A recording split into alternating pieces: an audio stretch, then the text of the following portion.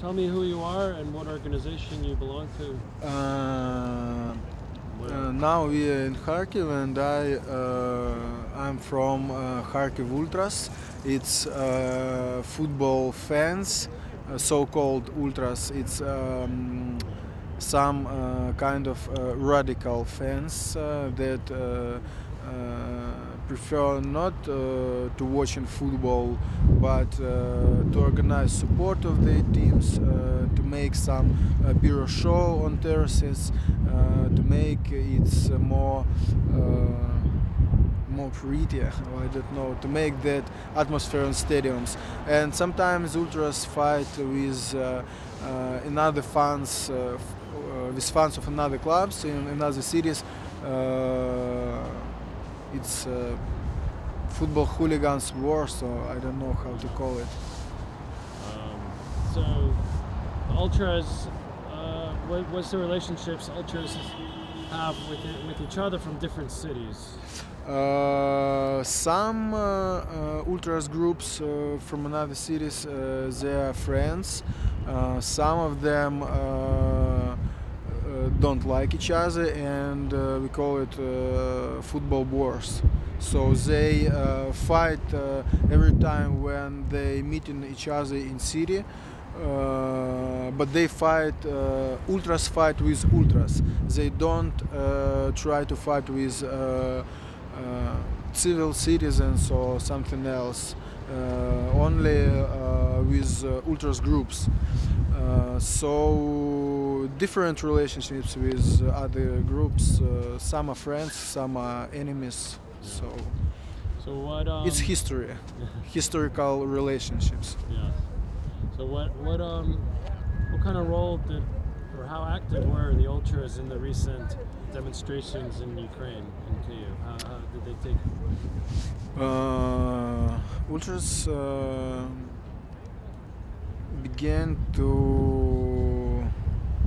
protect Ukrainian protesters in, I think, in January, because it was time when it was very hard situation for demonstrations in Kyiv and in eastern regions of Ukraine and in Crimea. Police and Titushki began to fight with demonstrators. So it was no hope to be protected with police, and that's why ultras groups decided to protect civil citizens from this violence. Did they decide that together? Was there a group that did it first? I mean, was it by city by city? How did?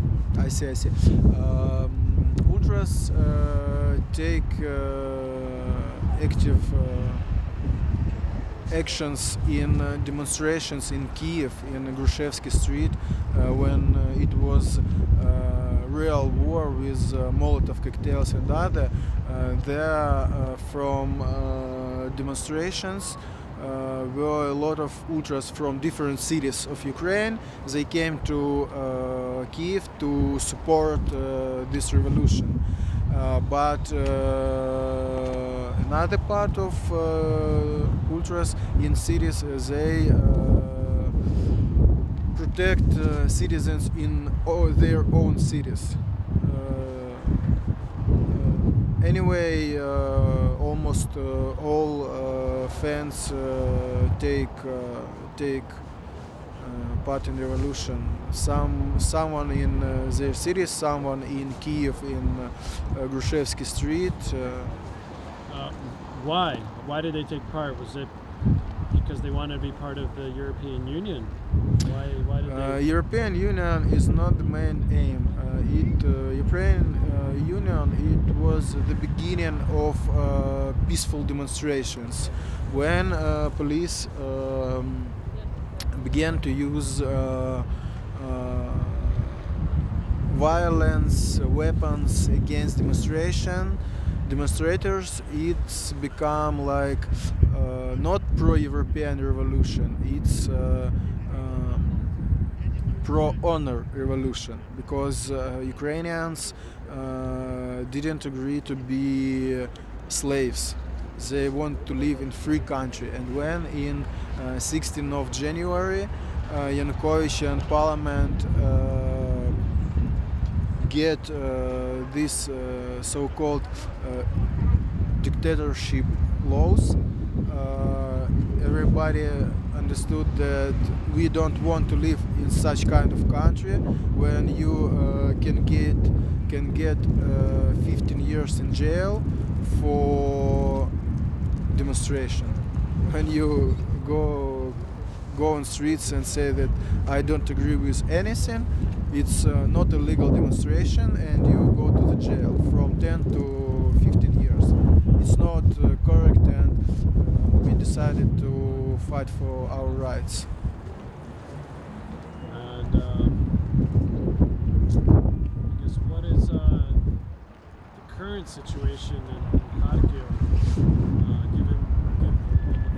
given that Russia has occupied the Crimean territory, their Russian army is close to the border Kharkiv is very close to the Russian border, and there's Russian army there. We just heard that there's current situation is very difficult because we get Russian occupation of Crimea, and we get thousands of soldiers and military technique 40 kilometers from Kharkiv is Russian border, and there we get very might forces, army forces, which could be used to occupy our city, and we don't like it, of course, because Kharkiv is Ukrainian city, and now we understand that we don't get enough Ukrainian army power to protect all border of eastern Ukraine. So I think it will be city guerrilla, partisanship. guerrilla war, I think. Yeah. No, I don't know. Nobody wants to see here Russian army. Nobody. What about the Maybe a little part of. Yeah, I mean, you had the pro-Russian people put the flag of Russia on the government building right here on the square. It was Russians. We call it Russian tourists from Belgorod. Now, of course, we get some part of Kharkiv citizens that support Russia, but it's very, very few part of all population of Kharkiv. And now we get a very powerful Russian propaganda machine which organized hundreds of Russians who came here to imagine Ukrainians, or I don't know how to call it, видавати з себе українців. Видавати? Вони приїжджають сюди і діють, немов би вони в українці. To pretend that they're Ukrainian citizens. We got hundreds of Russians that come here and pretend that they're Ukrainians, and that the Ukrainians that support Russia. It's not correct, and they to make some provocations. The main aim of these groups of Russians to make some provocations and destabilization of situation in Ukraine, in eastern Ukraine. So we see it now in Kharkiv situation. So it's not very critical, but напряжена. It's tense. It's напружена. There's a lot of anxiety. The situation is tense. It's a lot of pressure. Tense situation, but it's not critical. But in Donetsk yesterday was triple killing of pro-Ukrainian demonstrators. It's more than critical situation, because these Russians began to kill Ukrainians in Ukrainian cities. It's very, very hard situation, and I think it's. How do you know they were Russians? When they were pro-Russian, were they Russian citizens? They're Russian citizens because we got a lot of information from internet and from our journalists in Donetsk that they shoot on camera Russian buses with Russian number, Yeah. and we know a lot of names of organizers of this fight. So there was a lot of why it was Russians. We know because these demonstrators, pro-Russian, they burn flag of Donetsk football team Shakhtar. No one Donetsk citizen or Donetsk regional citizen, no one will burn flag of Shakhtar. It's they proud by this football team because it's very strong football team. And these provocators, they didn't know that this flag is not UPA or Ukraine or something else. They decided that this some fascist flag, and they burn it like, I don't know, like flag with swastika. So this we can decide that it was no Ukrainians. It were no Ukrainians. Well, hopefully they'll keep some of the Russian citizens out, and the normal people in those cities who are pro-Russian might think twice about joining the hardcore Russian citizens. Don't understand your question. You repeat. No, well, I'm just making a comment. I'm making a comment Uh-huh. saying, well, hopefully, the people who are Russian supporters but are Ukrainians might think twice if the Russians are coming over here and killing Ukrainians and being so aggressive. But you are talking about adequate people, about people who had their own mind. And now we got here such situations that anti-Ukrainian propaganda is very powerful, was here. Now it's not such a critical situation with information here like it was maybe 1 month ago. But now we got плоды. Плоды діяльності. Результат діяльності. Now we got the result of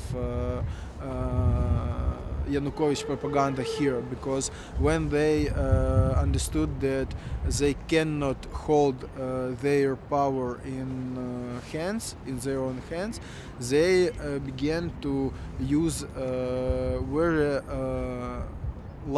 total lie in their propaganda, and locals were very scared by the stories about fascists, neo-Nazi or something else from Western Ukrainian. Right. Everybody here hear about it, and they were very scared, but nobody see some fascists from Eastern Ukraine. And now people become to understand the truth, but not everybody. It's a very long and slow process. Okay, well, I think that covers everything. So thank you for sharing your thoughts from Kharkiv, where we have Lenin statue. Having Lenin still, but not for forever. Let's see. We'll be back maybe a little bit later. Thanks for watching.